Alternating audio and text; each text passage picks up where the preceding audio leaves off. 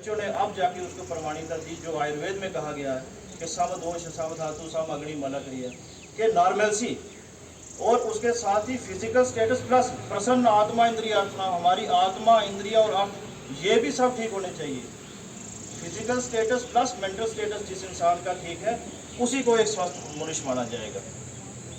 और मैं ज़्यादा बात ना कहते हुए वाणी को विराम दूंगा। आज हमने छोटा सा एक प्रोग्राम रखा, हमारे साथ यहाँ पे योगा इंस्ट्रक्टर्स भी है, थोड़ा सा एक कार्यक्रम उनके साथ भी कर लेंगे, प्लस कुछ हमने मेडिसिन भी लाई हैं। तो अगर आपने उसके लिए कोई कंसल्टेशन वगैरह आप चाहें तो वो भी हम आपको यहाँ पे प्रोवाइड करवा सकते हैं, ठीक है। मैं आपको एक चीज़ बताऊं कि सबसे पहले आयुर्वेद को जानने के लिए कि इसकी आयुर्वेद की उत्पत्ति कैसे हुई हमें इसके बारे में मालूम होना चाहिए। तो आयुर्वेद की उत्पत्ति हुई है जब समुद्र मंथन हुआ, तो भगवान धन्वंतरी उसमें आप सबको पता है कि हर सभी चीज़ें निकली, विष भी निकला, अमृत भी निकला।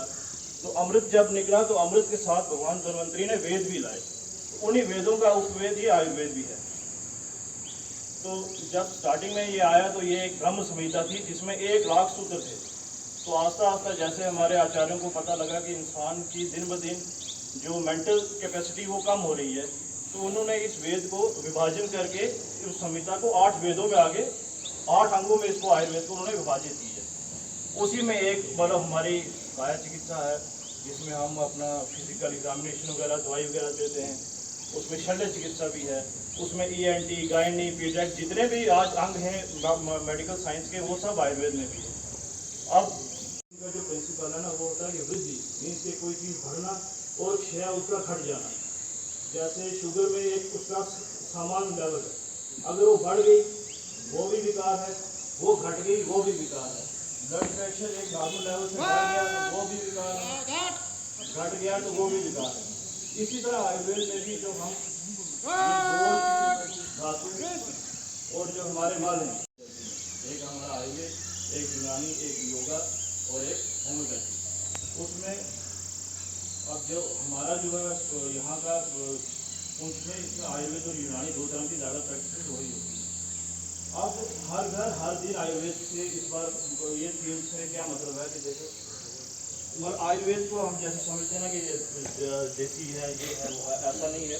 ये मतलब 4.5-5 साल का कोर्स होता है, उसके बाद इसमें MD के लिए 3 साल के लिए पोस्ट ग्रेजुएशन हम करते हैं।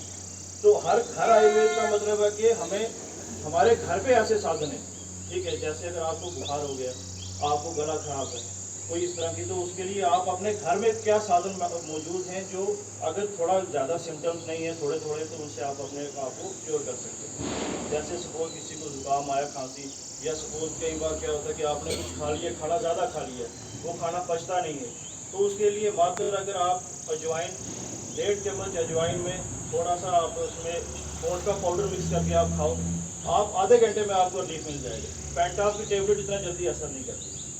गिलोय है, गिलोय का अगर आप काढ़ा पी लो आपको पैरासिटामोल खाने की ज़रूरत नहीं है। आमतौर पे हम एक उम्र के बाद क्या होता है कि इंसान बोलता है शाम को मुझे बुखार आ रहा है, मतलब वैसे कोई इन्फेक्शन नहीं है फिर भी बुखार आ रहा है, आप जाओगे आपके बहुत सारे टेस्ट भी होंगे, सब कुछ होगा, लेकिन क्या है वो बीमारी ठीक नहीं होगी। उसके लिए अगर आप सिर्फ गिलोय 1 हफ्ता गिलोय का अगर शाम को आप सेवन करो, आपको वो बुखार जो आपके। जी सर, आज जो ये आपने जो BSF 146 बटालियन में प्रोग्राम किया इसके हवाले से बताएं। देखिए, जैसे हमें कल सूचना मिली थी एक यहाँ के BSF हेडक्वार्टर से कि एक जो आयुर्वेद हमारा नेशनल आयुर्वेदा डे है उसके तहत हर दिन हर घर आयुर्वेद प्रोग्राम के तहत यहाँ पे हमें कैंप करना था। तो उसी की इन्फॉर्मेशन जब हमने अपने डिस्ट्रिक्ट हेडक्वार्टर में दी तो हमें हमारा डिस्ट्रिक्ट आयुष ऑफिसर सर ने कहा कि आप यहाँ पे जाएं, और यहाँ पे हमने उसी के तहत एक पहले अवेयरनेस ऑफ रिगार्डिंग आयुर्वेदा लोगों को दिया, एक हमने योगा कैंप भी यहाँ पे किया और मेडिसिन यहाँ पे हेल्थ चेकअप करके लोगों को मेडिसिन भी प्रोवाइड की। तो उसके बाद फिर हम यहाँ के कमांडेंट साहब का भी शुक्रिया अदा करते हैं कि जिन्होंने हमें मौका दिया और हमने इनके ट्रूथ के साथ मिल के उनकी जो उनकी हेल्थ को लेके जो परेशानी थी वो सुनी और उनके उस हिसाब से उनको दवाई दी। ठीक है, धन्यवाद।